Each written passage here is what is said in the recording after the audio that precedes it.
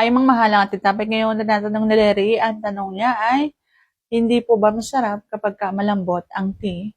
At kahit po ba maliit ang tea, basta matigas, masarap po ba?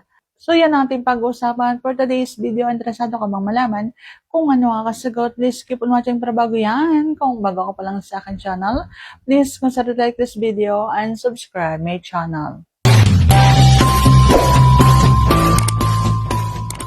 Ang sagot ko ay, kapag halimbawang malambot ang tea, hindi talaga yan masarap. Kasi mas masarap ang tea kapag halimbawang matigas kasi na itutukod at naikakayod. Hindi katulad ng malambot na hindi po yan maikayod.